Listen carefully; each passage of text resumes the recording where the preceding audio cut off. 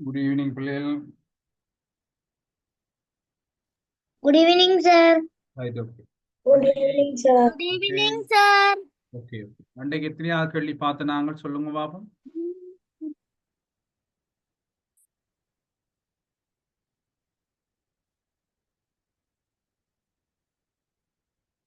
எத்தனை கேள்வி?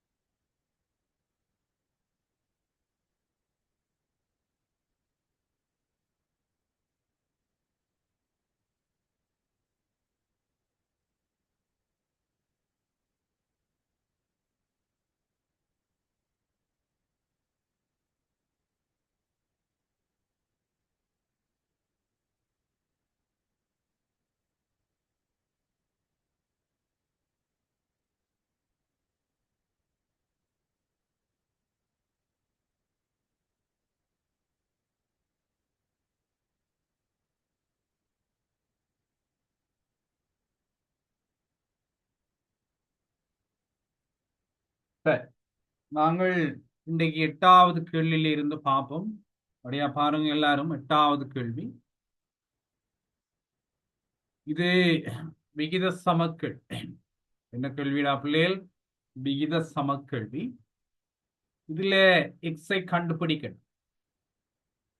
இவை நாங்கள் சொல்லுவோம் சமவெளு விகிதங்கள். என்ன, ரெண்டு விகிதங்கள் சமனாக இருந்தால் அதை நாங்கள் சொல்லுவோம் சமவெளு விகிதங்கள் என்று சொல்லிக் கொள்வோம். என்ன விகிதங்கள்?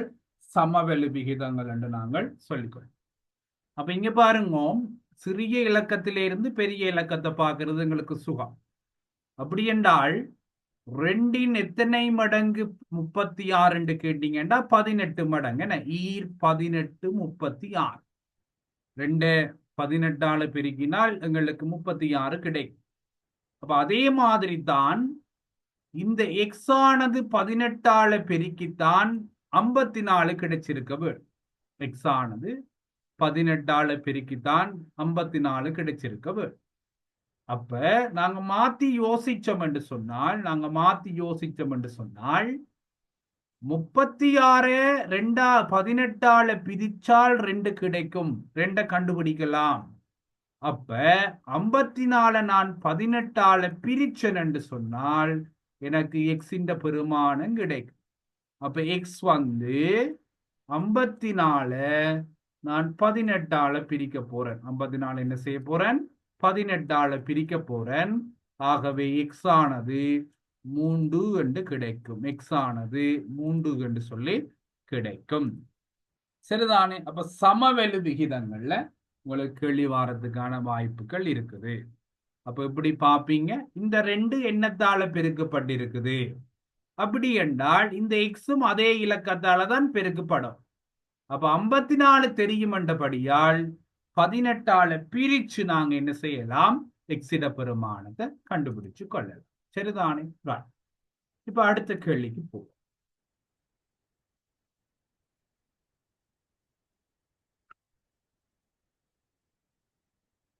இங்க பாருங்கடா பிள்ளைகள், அஜி நீரையும் பழச்சாற்றையும் 5:2 என்ற விகிதத்தில் கலந்து 350 ml பானம் தயாரித்தார்.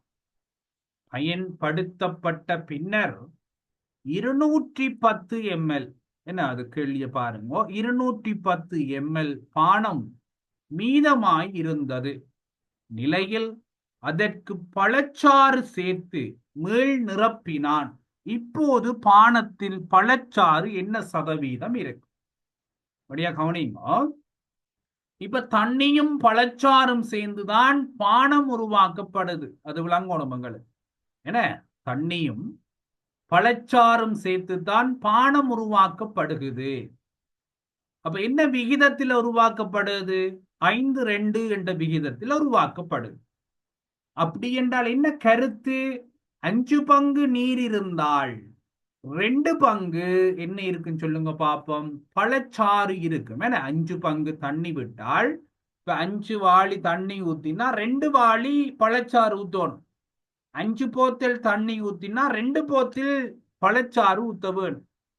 அப்படி என்று 350 ml பானம் தயாரிக்கணும். அப்ப 350 ml பானம் தயாரிக்கணும் என்று சொன்னால் அதில 5 பங்கு தண்ணி இருக்கும், 2 பங்கு நீர் பழச்சாறு இருக்கும். இப்ப பாருங்க, அந்த பழப்பானம் பயன்படுத்தப்படுது என இருக்கிறது அருகின் குடுக்கினம் அல்லது குடிக்கினம்.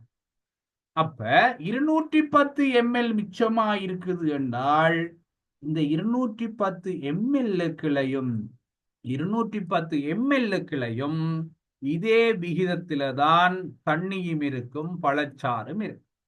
அப்ப மொத்தம் 5ம் 2ம் 7 பங்கால நாங்கள் பிரிச்சால் ஒரு பங்கின் பெறுமதி எங்களுக்கு கிடைக்கும் 30 ml. எத்தனை ml? 30 ml. அப்படியா பாருங்கடா பிள்ளைகள், 210 7 பங்கால பிரிக்கிறது. ஏன்? 5 பங்கு தண்ணி இருக்கும், 2 பங்கு பழச்சாறு இருக்கும். அப்ப 210 7ஆல பிரிச்சால் 30 ml என்றது ஒரு பங்கிட அளவு. அப்ப 5 பங்கல்ல தண்ணி இருக்கும். அப்ப 5 தர 30, 180 ml தண்ணி இருக்கும். அதே நேரம் 2 தர 30, 60 ml தண்ணி இருக்கு. கருத்து விளங்குதாடா பிள்ளைகள்? 180 ml தண்ணி இருக்கும், 60 ml பழச்சாறு இருக்கும். இப்ப என்ன செய்யணும்? இப்ப இருக்கக்கூடிய இந்த 210 ml-க்குள்ள பழச்சாறு தான் ஊத்த போயிடும். தண்ணி ஊத்தேல, பழச்சாறு ஊத்த போயிடும். அப்ப 210 நாங்கள் 350 கொண்டு போகணும். 210 நாங்கள் எங்க கொண்டு போகணும்? 350க்கு கொண்டு போகணும். அப்ப இன்னும் எவ்வளவு ஊத்த வேணும் சொல்லுங்க பாப்போம்.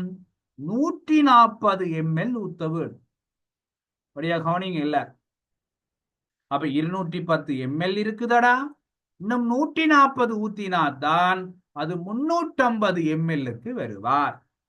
அப்படி என்று சொன்னால் அந்த 140 ml என்ன சொல்லுங்க பாப்போம்? பழச்சாறு ஊத்த போயிடும். அப்ப இருக்கிற பழச்சாத்தோட இந்த 140 பழச்சாறும் சேரும். அப்ப இப்ப இருக்கக்கூடிய மொத்த பழச்சாறு என்ன சொல்லுங்க பாப்போம்?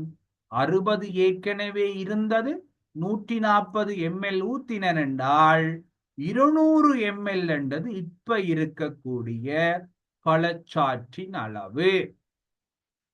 அப்ப கேள்வி சதவீதம் இல்லோடா பிள்ளைகள். அப்ப மொத்தமா இருக்கிற 350ல 200 பழச்சாறு. சதவீதம் என்றா என்ன செய்யற நாங்கள்? 100ஆல பெருக்கிற நாங்கள். அப்ப பாருங்க, இப்ப இருக்கிற 350க்குள்ள 200 ml பழச்சாறு. அப்ப நாங்கள் அதை 100ஆல பெருக்கினால் சதவீதம் கிடைக்கும். இங்க பாருங்கடா பிள்ளைகள், 50ஆல சுருக்கலாம். 4 முறை 7 முறை. இப்ப என்ன செய்ய போறோம்? 4 தர 100, 4 தர 100 என்னத்தால பிரிக்க போறோம்டா பிள்ளைகள்? 4 தர 100 என்னத்தால பிரிக்க போறோம்? 7ஆல பிரிக்க போறோம். அப்ப 400 நாங்கள் 7ஆல பிரிச்சால் 57.14% என்றது விடையாக கிடைக்கும். சரியல்லோடா பிள்ளைகள்? நோட் பண்ணுங்க, ஒருக்கா நோட் பண்ணுங்க.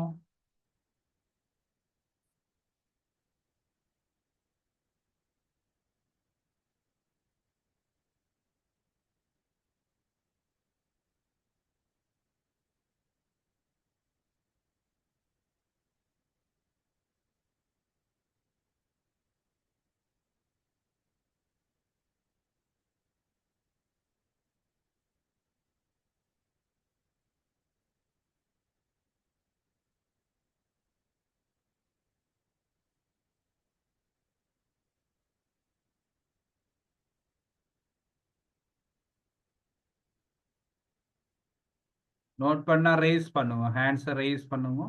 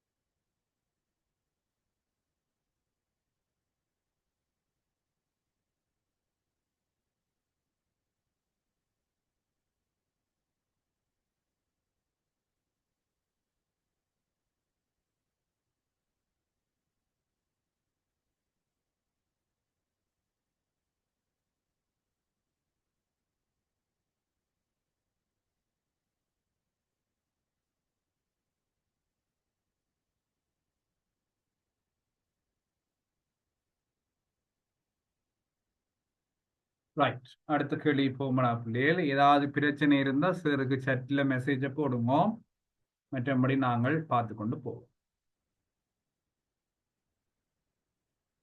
சுற்றளவு கேள்வி கட்டாயம் வரும். சுற்றளவு கேள்வி கட்டாயம் வரும். எப்படி வரும் என்று கேட்டீங்கள் என்றால் அச்சரகணித கோவைகளோட சேர்ந்துதான் வரும். அப்ப சுற்றளவை நாங்கள் எப்படி காணலாம் என்று படிச்ச நாங்கள் அதை ஒரு செவ்வகமாக ஒரு சதுரமாக மாத்தி காணலாம். என்ன இப்படி நான் மாத்துறேன் இவரை, அதே மாதிரி இவரை இங்க ஒரு செவ்வகமாக மாத்துறேன். அப்ப நீங்க பாத்தீங்களா பிள்ளைகள், இந்த நீளம் இங்க வந்துடுவார், இந்த நீளம் இங்க போயிடுவார், இந்த நீளம் இங்க போயிடுவார், இந்த நீளம் இங்க வந்துடுவார். அப்படி என்றால் நாங்கள் இந்த செவ்வகத்தின் சுற்றளவை கண்டால், நாங்கள் இந்த செவ்வகத்தின் சுற்றளவை கண்டால் அதுதான் அவர் கேட்கிற உருவின் சுற்றளவாக இருக்கு. அப்ப இது 9x என்று சொன்னால், இது 9x என்று சொன்னால் இது 9x ஆக இருக்கும். இது 7y என்று சொன்னால் இது 7y ஆக இருக்கும். அப்ப சுற்றளவுண்டா என்ன? சுத்தியுள்ள பெருமானங்களின் கூட்டுத்தொகை தானே சுற்றளவு. அப்ப 9x கூட்ட போறேன், இன்னொரு 9x இருக்குது, இன்னொரு 9x இருக்குது கூட்டல். அதே நேரம் 7y கூட்டல், அங்காலே ஒரு 7y இருக்குது. அப்ப 7y சக 7y. பாருங்கடா பிள்ளைகள், 9xம் 9xம் 18x சக 7yம் 7yம் 14y.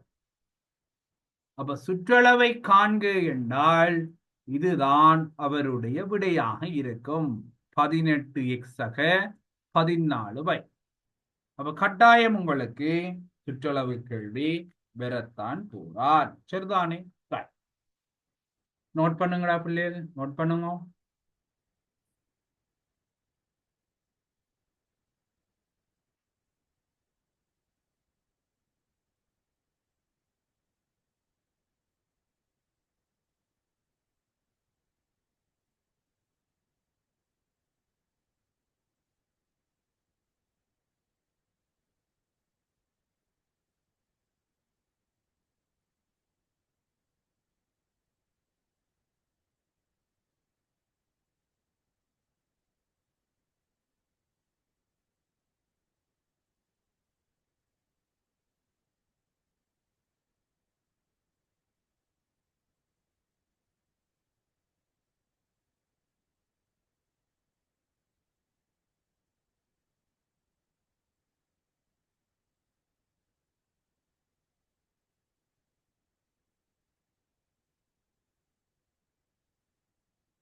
அடுத்த கேள்விக்கு போகும்டா பிள்ளைகள். ஒருங்கிசைவான, ஒருங்கிசைவான என்ன சொல்ல போறோம்? ஒருங்கிசைவான ஒரே மாதிரியான சம அளவான, அதைத்தான் நாங்கள் ஒருங்கிசைவானது என்று சொல்லுவோம். 4 செவ்வகங்களை பயன்படுத்தி அமைக்கப்பட்ட உரு தரப்பட்டுள்ளது. சிறிய சதுரத்தினதும் பெரிய சதுரத்தினதும் பரப்பளவுகள் முறையே 64 121. அப்ப சிறிய சதுரம் என்று அவர் எதை சொல்றார்? இதுதான் சிறிய சதுரம். இந்த உள்ளுக்கு இருக்கிறது சிறிய சதுரம். பெரிய சதுரம் என்று அவர் எதை சொல்றார்? அந்த வெளியில இருக்கிறது தான் பெரிய சதுரம். இங்க பாருங்க, இதுதான் பெரிய சதுரம். இவர் என்ன சொல்றார்? சிறிய சதுரத்தினதும் பெரிய சதுரத்தினதும் பரப்பளவுகள் முறையே 64 121. அப்ப ஒரு சதுரத்தின் பரப்பளவு தந்தால் அதின் பக்க நீளம் எங்களுக்கு தெரிய வேணும். அதனுடைய பக்க நீளம் எங்களுக்கு தெரிய வேணும்.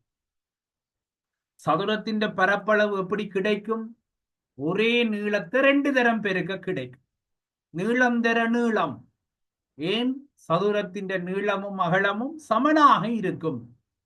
அப்ப சிறிய சதுரத்தின் பரப்பளவு 64 என்றால் 64 எப்படி கிடைக்கும்? 8 64 என்று தான் கிடைக்கும்.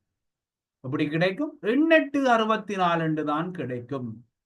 அப்ப சிறிய சதுரத்தின் நீளம் 8 சென்டிமீட்டர். 8 சென்டிமீட்டர். அடுத்ததை பாருங்களா பிள்ளைகள். பெரிய சதுரத்தின் பரப்பளவு 121.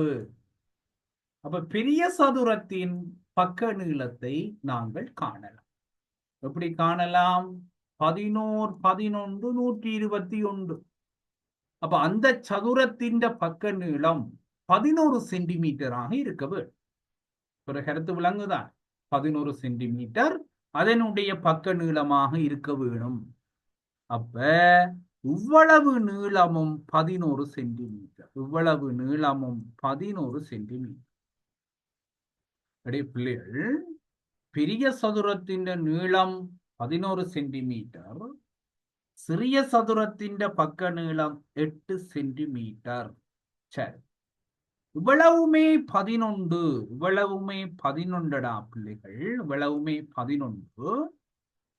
இந்த நீளம் 8 சென்டிமீட்டர் என்றால் இந்த நீளத்தையும் இந்த நீளத்தையும் கூட்டினா என்ன வரணும் என்று சொல்லுங்க பாபு.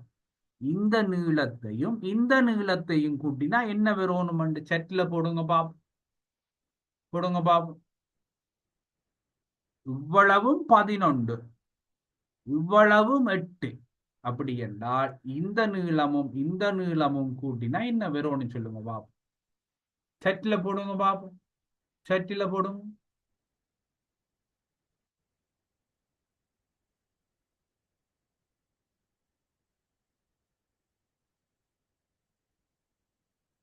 மூன்று சென்டிமீட்டர் வரும். Very good. ஏன்னா இந்த நீளத்தையும் இந்த நீளத்தையும் கூட்டினால் 3 சென்டிமீட்டர் வரும்.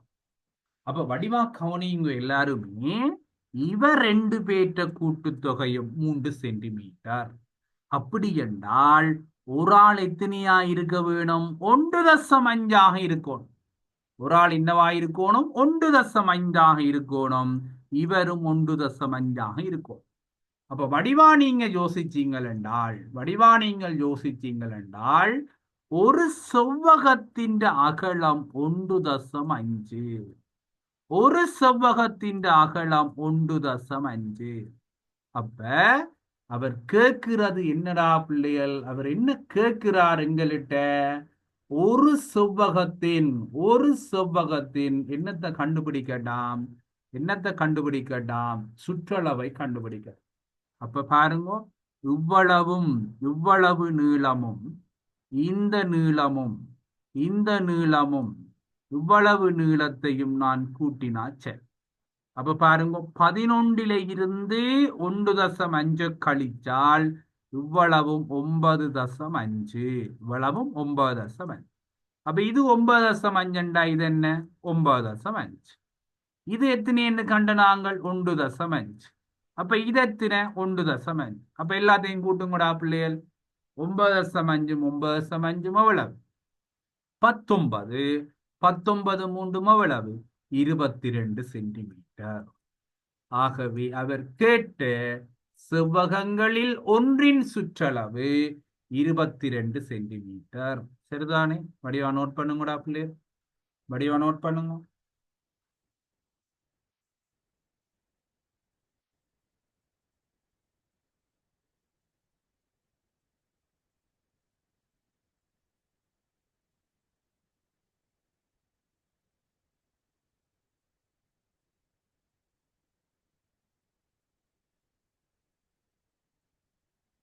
இப்ப நீங்கள் பயப்படாமல் போகலாம் எக்ஸாமுக்கு.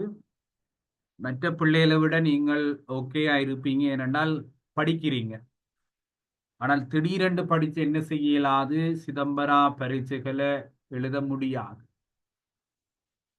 ஓமெல்லாஸ் திடீரென்று படித்து சிதம்பரா ஒலிம்பியாட் வகுப்புகளை நாங்கள் படிச்சு கொள்ள இயலாம். என்ற கொஞ்சம் கடினமான பகுதிகள், பெரிய பெரிய விஷயங்கள் வரும். இப்போ தொடர்ச்சியா நீங்க படிச்சு கொண்டிருக்கணும். இப்ப எக்ஸாம் முடிய சிதம்பரா வச்சுட்டு உங்களோட வேலையை பார்க்குறீங்கள, எக்ஸாம் முடியவும் தொடர்ச்சியா நீங்கள் படிச்சு கொண்டிருந்தால், ஏதோ ஒரு விதத்துல படிச்சு கொண்டிருந்தால் அது உங்களுக்கு ஹெல்ப்ஃபுல்லாக இருக்கு. ஏன்னா அடுத்த வருஷம் நீங்க நல்ல வடிவா செய்வீங்க. அடுத்த வருஷம் நீங்கள் நல்ல வடிவா செய்வீங்க. சரி, இப்ப தம்பி ஒரு ஆள் கேட்கிறார், சார் 9.5 எப்படி வந்தது? அப்படி இங்க பாருங்கடா பிள்ளைகள், இவ்வளவும் 11 இல்லோடா, இவ்வளவும் 11. எங்களுக்கு இவ்வளவும் தானே, செவ்வகத்தின் நீளம் என்றது இவ்வளவும் தானே. இது எத்தனை கண்ட நாங்கள் 1.5 கண்ட நாங்கள். அப்ப 11 இருந்து 1.5 கழிச்சால் 9.5 வந்தவர். சரிதானே? ஆகவே எல்லாத்தையும் கூட்ட 22 மீட்டர் என்றது விடையாக கிடைக்கும். என விளங்கிட்டா கிரேன்? கிரண் விளங்கிட்டா? ஓமண்டா ரிப்ளை போடுங்க. ஓமன்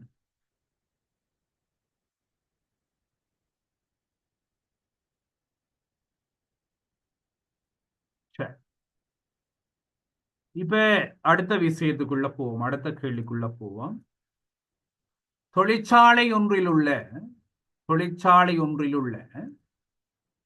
8 இயந்திரங்களை பயன்படுத்தி 5 மணித்தியாலங்களில் பொருளொன்றின் அலகுகளை உற்பத்தி செய்து கொள்ள முடியும்.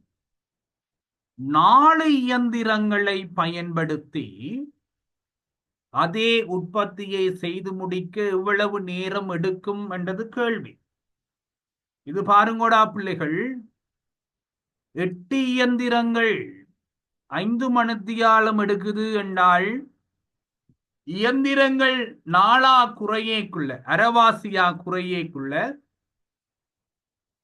வேலை செய்து முடிக்கக்கூடிய மணித்தியாலங்கள் 2 மடங்காகும். அப்ப 10 மணித்தியாலம். இப்ப 2 பேர் ஒரு வேலையை செய்யறதுக்கு 2 நாள் எடுக்குதென்றால், ஒரு ஆள் அந்த வேலையை செய்து முடிக்க 4 நாள் எடுக்கும். அப்ப இயந்திரங்கள் அரைவாசியா குறைய மணித்தியாலங்கள் 2 மடங்காகும். அப்ப விடை 10 மணித்தியாலம். விடை 10 மணித்தியாலம். அப்ப இதை எப்படி காணலாம்? எப்படி காண்றாங்கள் என்றால், 8 தர 5 8 40 இயந்திர மணித்தியாலம். இது வேலை. அப்ப 8 இயந்திரம் 5 மணித்தியாலம் வேலை செய்தால், அங்கு செய்யப்பட்ட வேலையின் அளவு 8 40 இயந்திர மணித்தியாலம். இந்த இயந்திர மணித்தியாலத்தை 5 இயந்திரம் செய்ய போதென்றால் 5 பிரிக்க. அப்ப 40 4 இயந்திரங்கள் செய்ய போதென்றா நாங்கள் 4 பிரிக்க. அப்ப நாங்க 4 பிரிக்க கிடைக்கிறது 10 மணித்தியாலங்களாக இருக்கும். ஏன்னா எத்தனை மணித்தியாலங்களாக இருக்கும்? 10 மணித்தியாலங்களாக இருக்கும். சரிதான். அப்ப இப்படி யோசிக்கலாம், அல்லது எங்கட செய்முறையை பயன்படுத்தி இப்படியும் செய்யலாம். நோட் பண்ணிக்கொள்ளுங்கடா.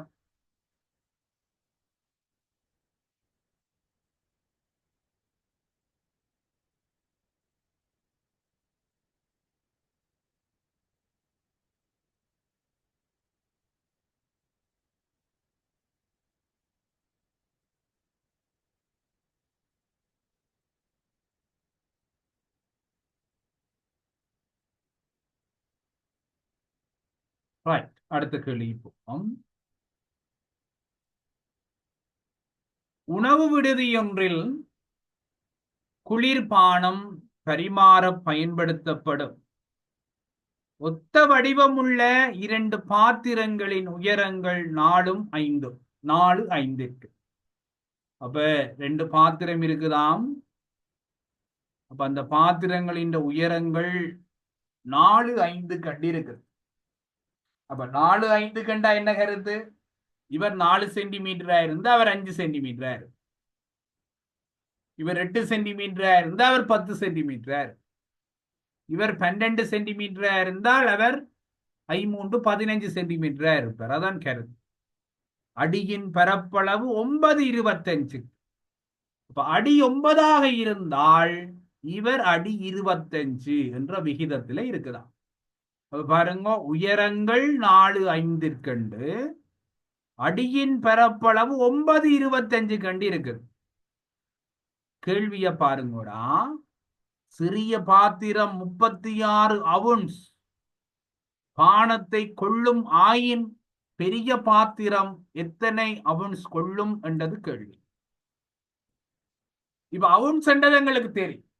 அவுன்ஸ் என்றது 30 ml. 30 ml தான் நாங்கள் ஒரு அவுன்ஸ் என்று சொல்லுவோம். அப்ப இங்க பாருங்கடா பிள்ளைகள், ஒரு பாத்திரத்தின் கனவளவு எப்படி காணலாம் என்றால் இதை நீங்க நோட் பண்ணி வைக்கணும். கனவளவு சமன் தேவைப்படும். கனவளவு சமன் குறுக்கு வெட்டு பரப்பளவு தர உயரம். குறுக்கு வெட்டு பரப்பளவு அது எந்த பாத்திரமாக இருந்தால், சீரான பாத்திரங்களாக இருந்தால் கனவளவு சமன் குறுக்கு வெட்டு பரப்பளவு தர உயரம். அப்ப சிறிய பாத்திரத்தின் உயரத்தை சிறிய பாத்திரத்தின் கனவளவால பெருக்க 36 வருது.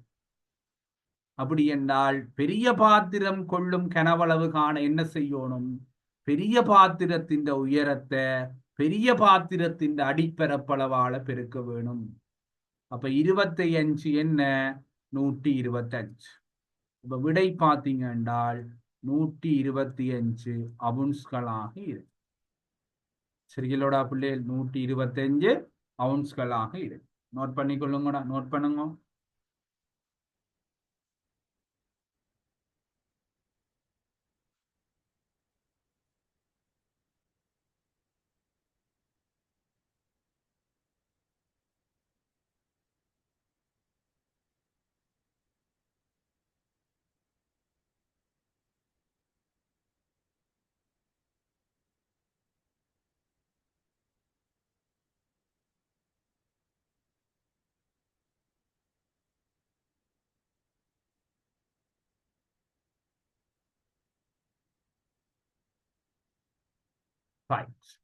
அடுத்த கேள்வியை பார்ப்போம். பெருமானம் காண்கே. பெருமானம் காணண்டாமடா பிள்ளைகள். என்ன காணண்டாம்? பெருமானம் காண. இது எங்களுக்கு தெரியும். எல்லாரையும் பின்னமாக மாத்தினால் சுகம். 50 இன்னென்றால் பெருக்கல். அதை ஞாபகம் வச்சுக்கொள்ள வேணும். இன்னென்றால் பெருக்கல். இன்னென்றால் பெருக்கல். ஆங்கிலத்தில் ஒன்னு சொல்லுவோம், தமிழ்ல இன்னென்று சொல்லுவோம். 50 25 வீதம் என்றால் 25 வீதத்தை பின்னமாக்கினால் 25 100. அடுத்தது 2/5. இன்னெண்டா பெருக்கல் என்று சொல்லிட்டேன். 2/5. 2/5 என்னடா பெருமானம்? 2/5. அடுத்தது 30 வீதம். 30 வீதம் என்றா என்ன? 30/100. சதவீதத்தை பின்னமாக்குறது இப்படித்தான். 100ஆல பிரிச்சாச்சு. அப்ப பாருங்க, 50 இன்னுக்கு பதிலா பெருக்கல் 25 வீதம். 25/100. 2/5. 30 வீதம் என்றால் 30/100. இப்ப இத சுருக்க போறேன். அதான் கவனிக்கணும். நீங்க வெட்டி சுருக்க போறேன். வெட்டி இங்க பாருங்க, 50ஆல இங்க வெட்டினா 2 முறை.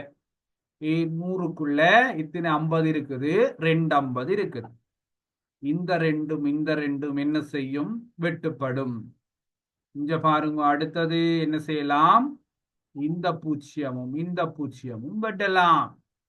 அடுத்தது இந்த 25 5ஆல சுருக்கலாம். எத்தனை முறை? 5. அப்ப இனி இங்க பாருங்க, இந்த 5ஐயும் இவரையும் வெட்டினா 2. அப்ப விடை என்ன? 3/2. இங்க பாருங்க, சில வேளை இப்படி சேர் பட்டு பட்டு வெட்டினது உங்களுக்கு விளங்காம இருந்தா திருப்பி எழுதுறேன்னு பாருங்க. 50 தர 25 அப்ப 25 பெருக்கப்படும். மேல இருக்கிற எல்லாரும் பெருக்கி வீணம். தர 2 தர 30. இது ஆறால பிரிக்கணும். 100 தர 5 தர 100 பிரிக்கும். சரி, இங்க பாப்போம். 50 எத்தனை முறை என்று சொன்னான்? 2 முறை. 2 முறை. அப்ப இந்த ரெண்டும் இந்த ரெண்டும் என்ன செய்யும்? வெட்டுப்பட்டு போகும். இப்ப 5ஆல இவரை சுருக்கினா எத்தனை? 5. ஒமெல்லோடா. சரி, இந்த 5ஆல இந்த 100 சுருக்கினா என்ன? 20. ஒமெல்லோடா. அப்ப என்ன மிஞ்சி கிடக்கு? மேல 30, கீழே 20. அப்ப அந்த பூச்சியம் இந்த பூச்சியம் பட்டினால் விட என்னடா பிள்ளைகள்? 3 நோட் பண்ணுங்க. 2 மெதட்டையும் நோட் பண்ணுங்க.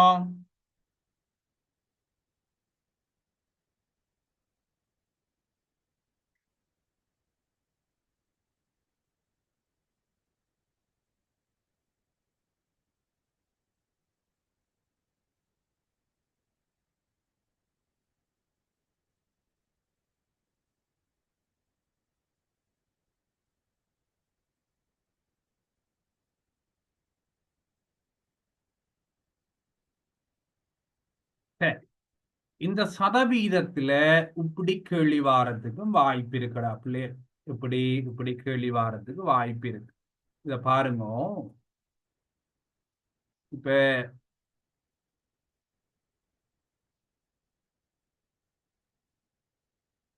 ஏ என்றவர் இருக்கிறார்.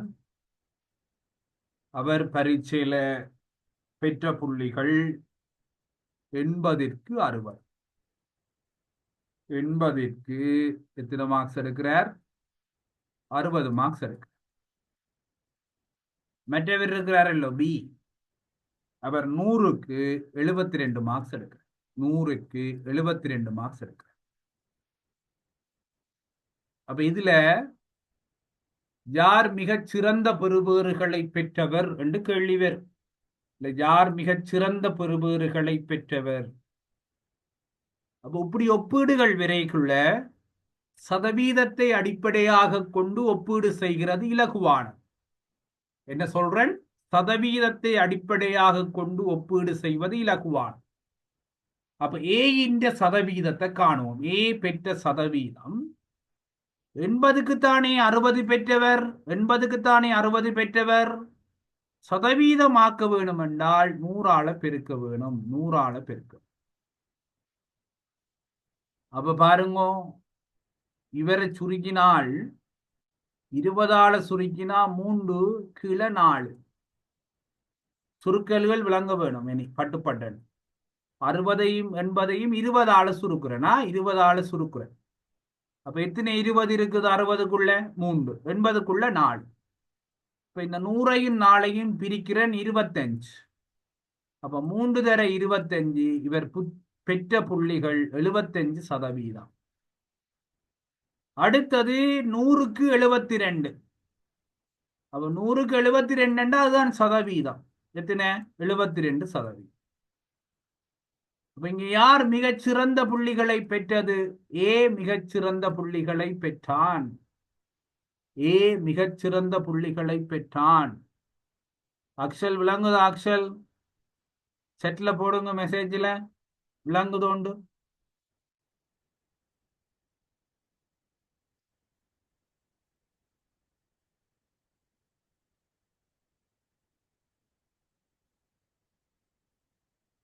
S, okay.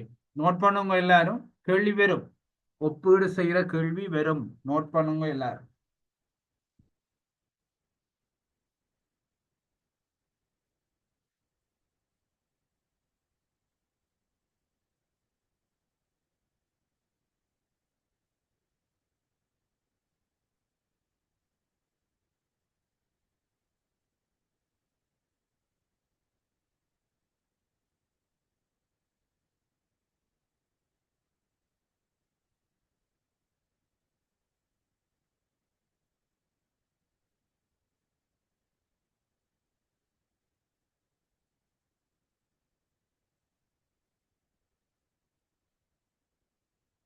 நோட் பண்ணுங்க. பார்த்து பார்த்து கண்ணால பார்த்து படிக்க இயலாது. எழுதி படிச்சா தான் விளங்கும். இல்லைன்னு சொன்னா வகுப்புல இருக்கிறதுல பிரயோசனம் இல்லை. எழுதி படியுங்க, எழுதி படியுங்க.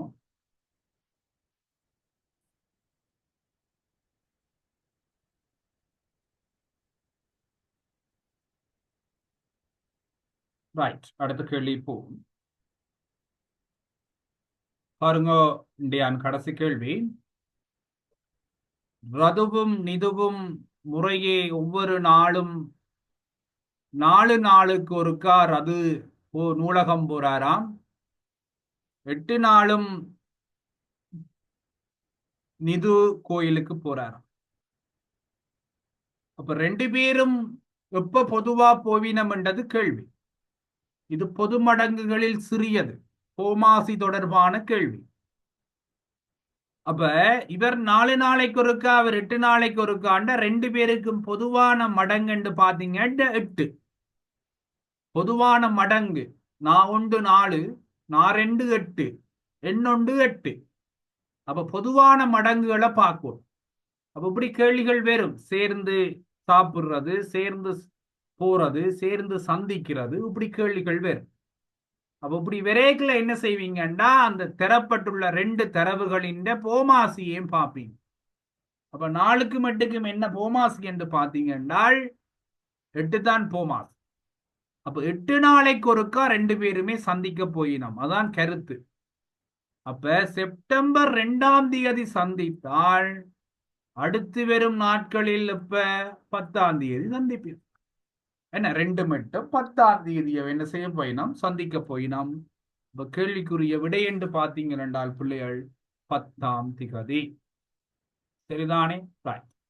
அடுத்தது உங்களுக்கு ஏதாவது கேள்விகள் டவுட் இருந்தால் நீங்கள் எனக்கு வாட்ஸ்அப்ல அனுப்பி விடுங்க. நாளைய வகுப்பில அது விளங்கப்படுத்தப்படும். சரிதானே? ரைட். அப்ப இன்றைக்கு டைம் முடிய போது இவ்வளவுதான் இன்றைய வகுப்பு. நாளைக்கு 7:30க்கு சந்திப்போம். சரியாடா பிள்ளைகள்? Thank you and God bless you. Thank you and God bless. சரிதானே பிள்ளைகள்? God bless you. Good night, good dreams.